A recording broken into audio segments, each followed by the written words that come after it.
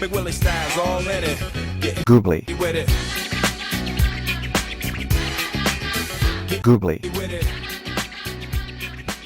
Hey everybody, it's Adam Geisen, Triad High School Tech Advisor, Webmaster. I'm here talking a little bit more about the beginning stages of getting Googly.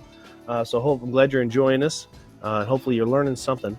Today I want to talk just a little bit about signing in and finding your Google apps once you sign in. This is always a big question. I always tell people, just sign in. And they're like, well, I have no idea where to go after that. I said, okay, so here's why I'm making this video.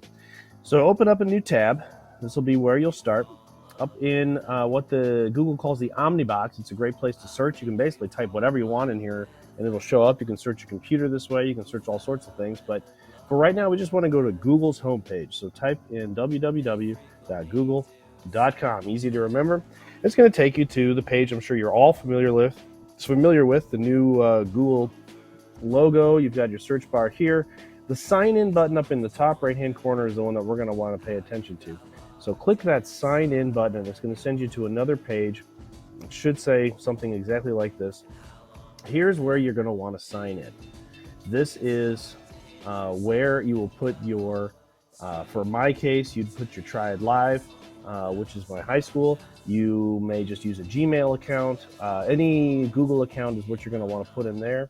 And obviously the password is going to go immediately after that, and then you sign in. Now it's going to send you back to the page you started at.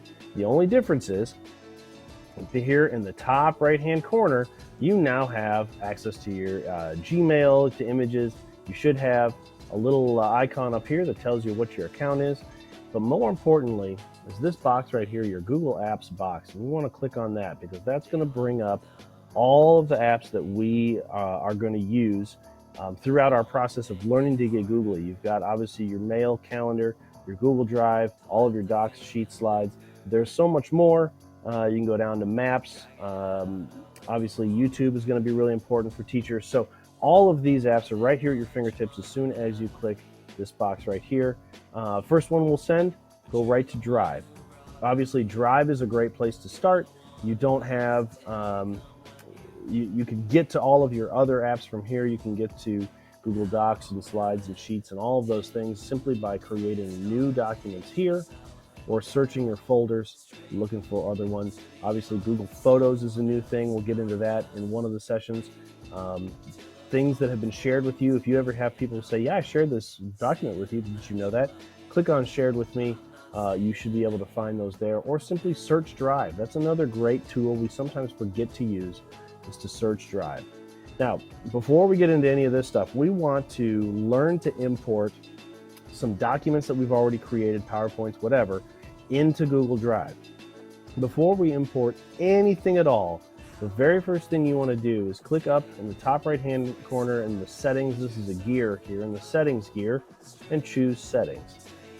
Now you've got some options. The only one I'm concerned about right now is converting your upload. You want to check convert uploads. Make sure that that one is, because when you upload your documents, you don't want them to stay as Word files or Excel files or whatever. You want them to become Google documents so that they're editable and they don't take up any memory. That's the other thing we forget. Google documents and Google versions of those documents take up no memory whatsoever, which is really valuable, especially if you want to end up uploading movies or pictures or whatever else, the larger items. So once you've clicked that, go ahead and select Done.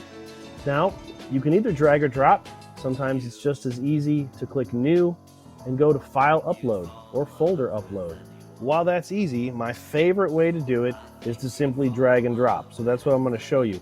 If you open up an Explorer folder here, you can take a look at your own files. I'm going to kind of move it over a little bit. So I'm going to go to this Dropbox folder here. I got some school files. Let's say I want to drop this entire English 1 folder. So that's things that I've used throughout my teaching of freshman English. I'm going to drop it in here. I simply click, drag, hold it over my drive, just a blank space, and let it go.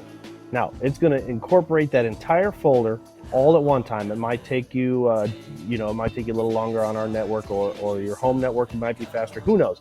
Either way, it's going to move it all in. It's going to convert every single one of those files that's convertible to a Google document, and then you'll have it at your access. The next time we go through this stuff, you'll have some files ready to go. You can start messing with them, and you can learn a little bit more about Google and how it'll help you make your life easier as a teacher. That's it for right now. Again, this has been Adam Geisen, and I'll see you guys next time you want to get Googly. Googly.